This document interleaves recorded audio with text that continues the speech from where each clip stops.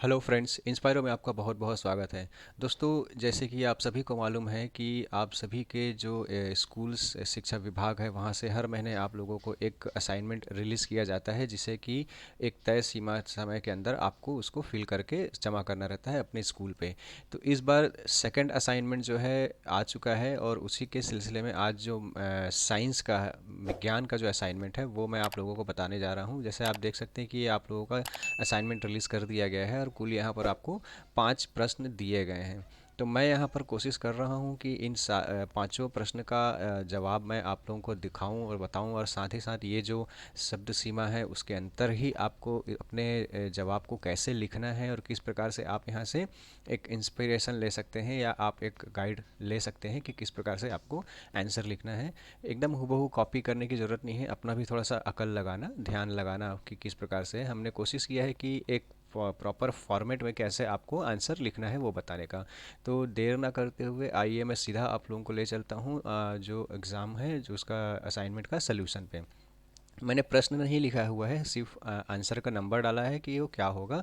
तो जैसे कि पहला प्रश्न यहाँ पर आपको दिया जा रहा है कि आधुनिक आवर्त सारणी में ऊपर से नीचे जाने पर और आवर्त में बाएं से दाएं जाने पर जो तत्वों के गुणों में किस प्रकार से परिवर्तन होता है। तो ये आयनन विभन, ये जो गुण हैं इनमें किस प्रकार से परिवर्तन होता है वो यहाँ पर दिया गया है। तो यहाँ पर आप उस चीज़ को देख सकते हैं कि यहाँ अगर मैं इसको थोड़ा छोटा करके लिख दूँ तो आप इसको और अच्छे से देख सकते हैं। ठीक है, ये एक बार में ही आपको ये दिख जाएगा। और मैं ये जो हमारे वीडियो के डिस्क्रिप्शन पे हम एक लिंक भी आपको दे देंगे, जहाँ से आप हमारे इस पीडीएफ को डाउनलोड कर सकते हैं। ठीक है, तो ये पहले प्रश्न का आपका आंसर हो गया है। दूसरा प्रश्न आपको ये पूछता है कि दूसरे प्रश्न में दो भाग है कि सौर कुकर के उपयोग के लिए अवतल, समतल, उत्तल में से किस प्रकार के दर्पण सबसे अधिक उपयुक्त है और क्यों। और दूसरा है कि सौर पैनल के कोई दो उपयोग लिखिए। ठीक है, तो इसका जो उत्तर भी मैंने यहाँ पर दे दिया है, आप इस चीज़ को देख लीजिए।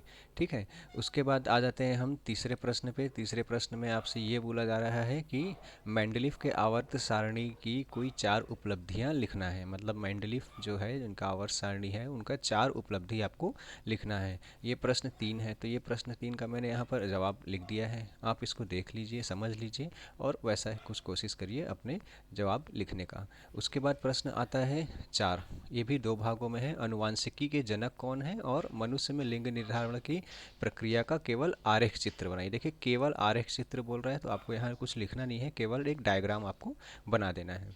तो वो मैंने यहाँ पर लिख दिया है, आपको देख लीजिए कि जो ग्रेगर जॉन मैंडल जो है वो उनके एक जनक कहा जाता है अनुवांशिकी का, और उसके बारे में मैंने छोटा सा एक डिटेल आपको दे दिया है। अगर मैं उसके आरेख चित्र की बात करूं तो ये मैंने आरेख चित्र यहाँ पर बना दिया है, आप इसको देख लीजिए, समझ लीजिए, और कोशिश करिए ऐसा कुछ लिखने का। अंत में आता है पांचवा क्वेश्चन। पांचवा क्वेश्चन ये है कि एक आपको गाय के बारे में पूछा जा रहा है, और छत्तीसगढ़ में किस गाय कौन कौन सी गायों का संकरण किया जा सकता है और क्यों किया जा सकता है। इस इतने बड़े सवाल का मतलब यही है। तो उसका जवाब भी मैंने यहाँ पर लिखा हुआ है कि छत्तीसगढ़ में यदि किसी गाय से ज़्यादा दूध प्राप्त करना हो तो साहीवाल और अंगूस नाम के गायों में संकरण करना होगा, क्योंकि साहीवाल गाय जेवा की एक प्रजाति है जो कि 20,000 लीटर सालाना दूध देती है, और अंगूस गाय शरीर से बहुत ही तंदुरुस्त और सुदृढ़ होता है। उसके बाद जिसका सेकंड पार्ट है वो आपको बोल रहा है कि मेंडल ने अपने प्रयोग हेतु मटर के पौधे का चुनाव ही क्यों किया। कोई दो प्रमुख कारण लिखना है। तो देखिए, यहाँ कोई दो कारण बोल रहा है, आप दो से ज़्यादा भी लिख सकते हैं, लेकिन दो कारण देना भी उपयुक्त होगा, आप उतना भी लिख सकते हैं। तो मैंने यहाँ पर आपको चार कारण दे दिए हैं, आप वो चारों कारण देख लीजिए, जैसा आपको याद करते बने, जैसा आपको समझ में आए आप वैसा इसको लिख लीजिए। तो ये पहला जो विज्ञान है उसका हमने बना दिया है। अभी मैं आगे आने वाले सारे सब्जेक्ट का भी एक एक मैं वीडियो अपलोड करते जा रहा हूँ। मेरे चैनल में अगर आपने अभी तक सब्सक्राइब नहीं किया है तो इसको सब्सक्राइब कर लीजिए। देखिए, बहुत सारे और भी चैनल हैं जहाँ पर आपको इस प्रकार की जानकारियाँ मिल रही है, लेकिन मैंने बहुत सारे वीडियोस देखे हैं, बहुत गलत गलत जानकारियाँ वहाँ पर परोसी जा रही है। आप बिल्कुल भी ना करें। दूसरा, एकदम से कॉपी पेस्ट करने की कोशिश ना करें, समझिए चीज़ों को, और मैंने जो लिखने का जो आपको तरीका दिया है उस तरीके पे आप फोकस करिए कि पॉइंट वाइज आप आंसर को लिखिए। हद से ज़्यादा थ्योरी या पूरा पेपर भरने की कोशिश मत करिए। उतना टाइम किसी के पास नहीं होता है कि आपके पेपर को एक किताब की वजह से बैठ के वो पढ़ते रहें। जो पेपर चेक करने वाले टीचर्स हैं वो, उनको टू द पॉइंट आंसर बताइए, टू द पॉइंट उनको समझ में आ जाए। तो ऐसा कुछ आप लिखने की कोशिश करिए, ये मैंने आपको समझाने की कोशिश की है।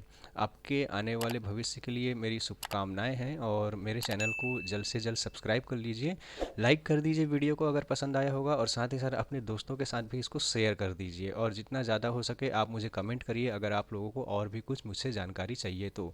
चलिए दोस्तों, वीडियो को देखने के लिए धन्यवाद। Thank you very much. Bye bye.